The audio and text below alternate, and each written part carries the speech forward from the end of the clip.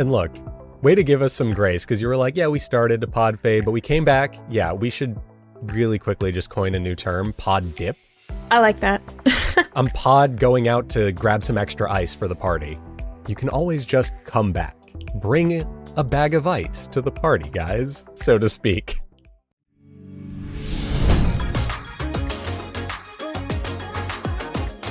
Hey, and welcome to the Headliner Podcast.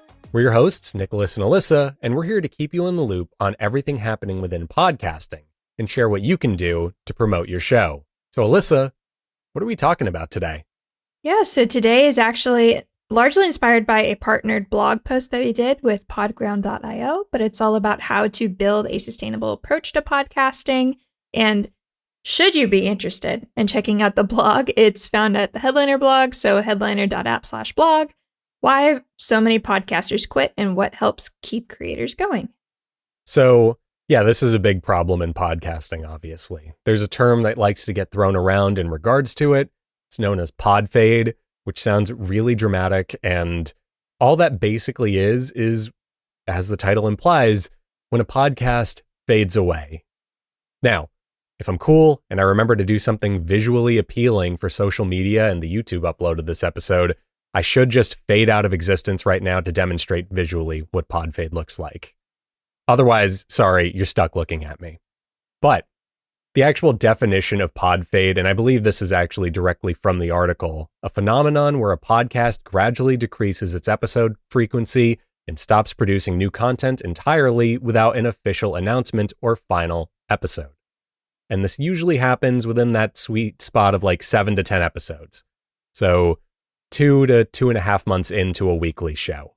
So yeah, I mean, is there anything you think is worth adding to that definition or help with contextualizing it?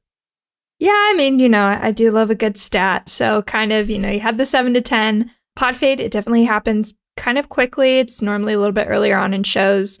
But we know every year new podcasts come to light. So listen notes, on average, there's about 200,000 new podcasts are produced each year.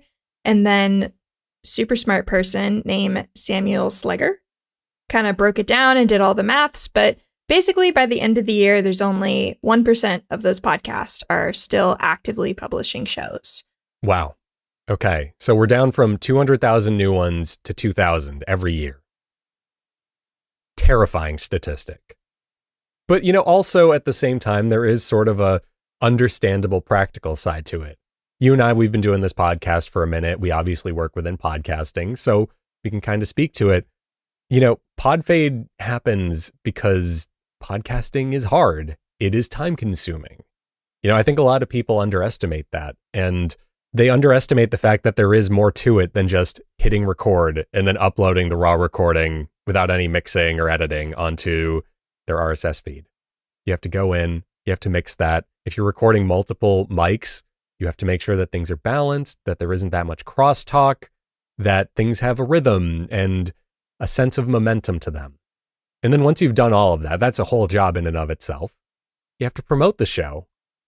So, yeah, I think it's very realistic to say that, this stuff adds up over time. And maybe if you feel like you aren't getting the results you want after 7 or 10 episodes, you might just kind of lose that motivation. Yeah, I mean, our show, it kind of had a little bit of PodFade at some point.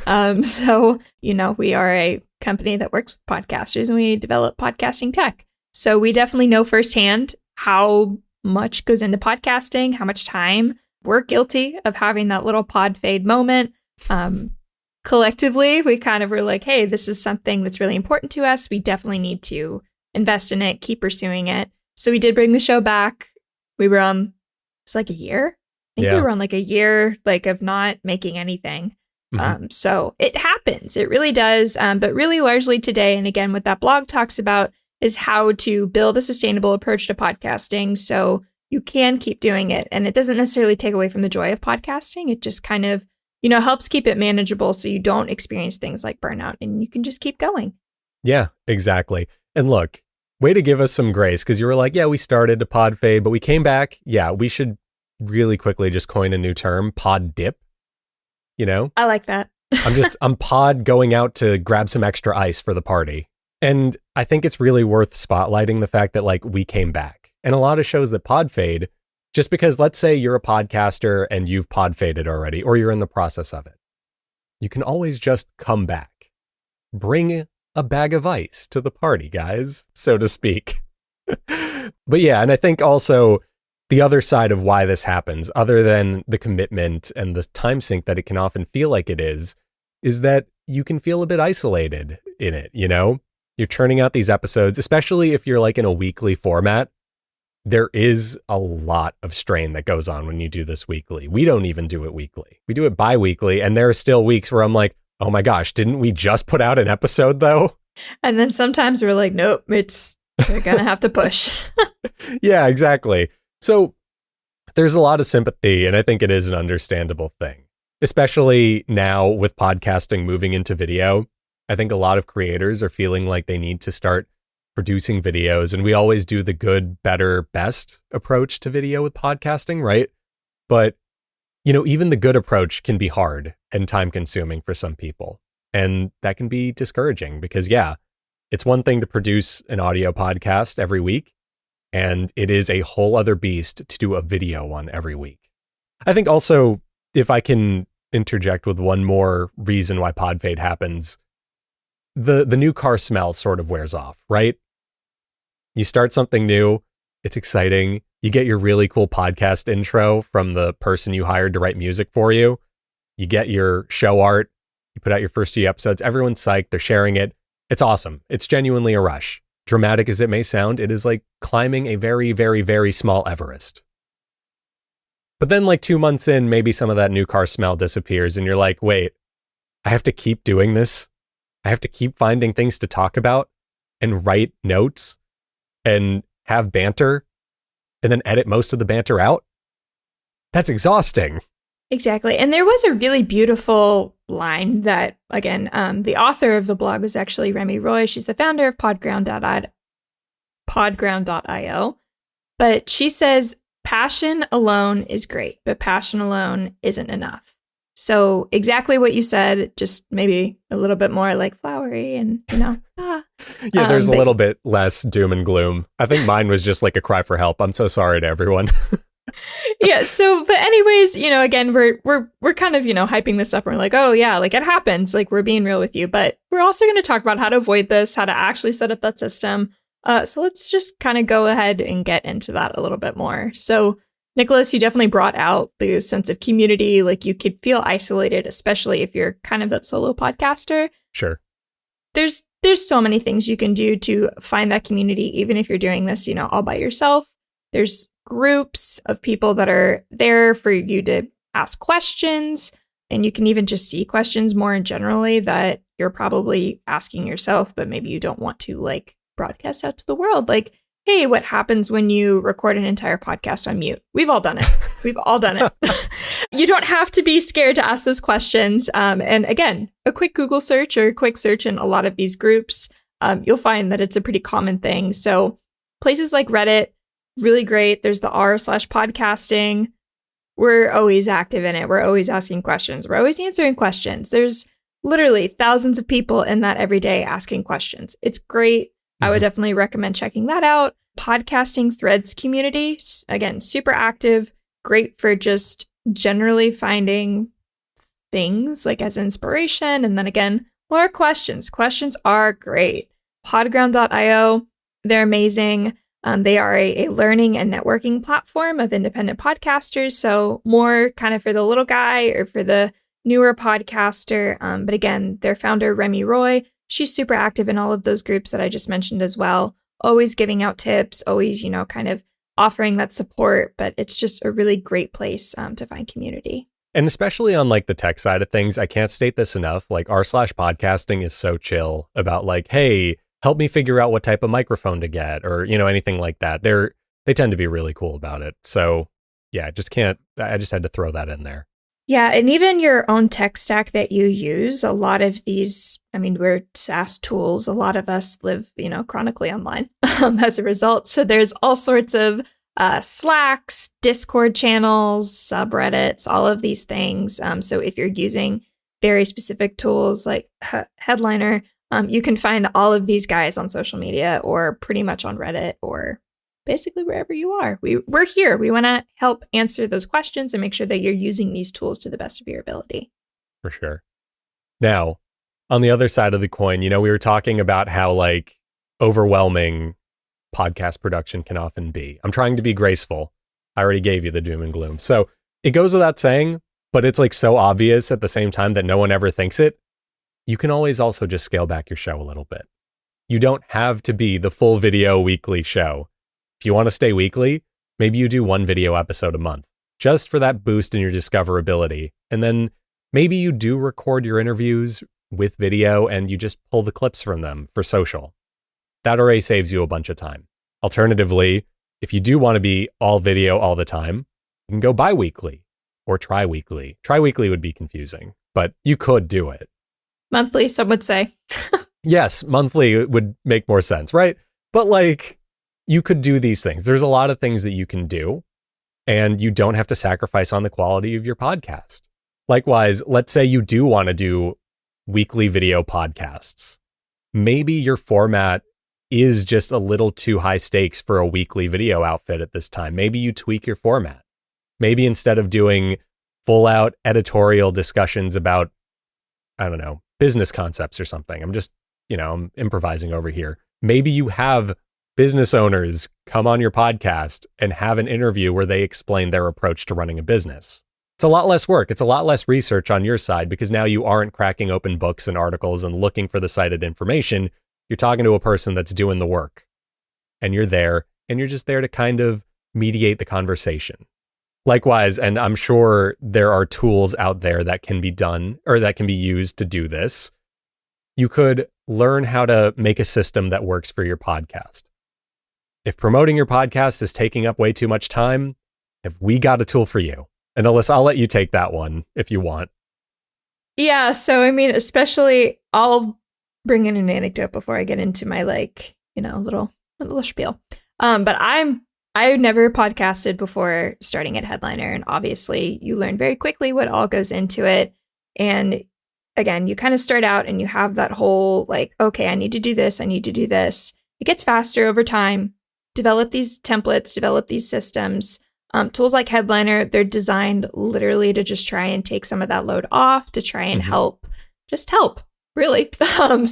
Literally you can make templates for anything visual. So whether that's going to be video clips of true video recordings or audiograms, where that's going to convert your audio to video so you can share it out on the social, you can brand everything and you can make it look and feel like your show, so it's unique to you. It showcases your own personal style and flair, but it's literally a template. So all you have to do is either make an automation, so maybe search for your podcast and just let Headliner do its thing with automatic audiograms, or just really quickly upload that video recording into Headliner.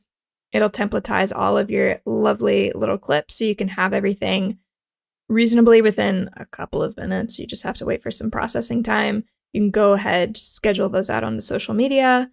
Furthermore, outside of just general social promotion, there's going to be things like outreach. Like you're probably going to have to send somebody an email asking them if they want to be on the podcast. Probably you're going to have to write show notes and episode titles. There's ways that you can templatize that. Again, tools like Headliner, they can help you to kind of automate that system, if not completely kind of offload or just generally inspire you. Yeah.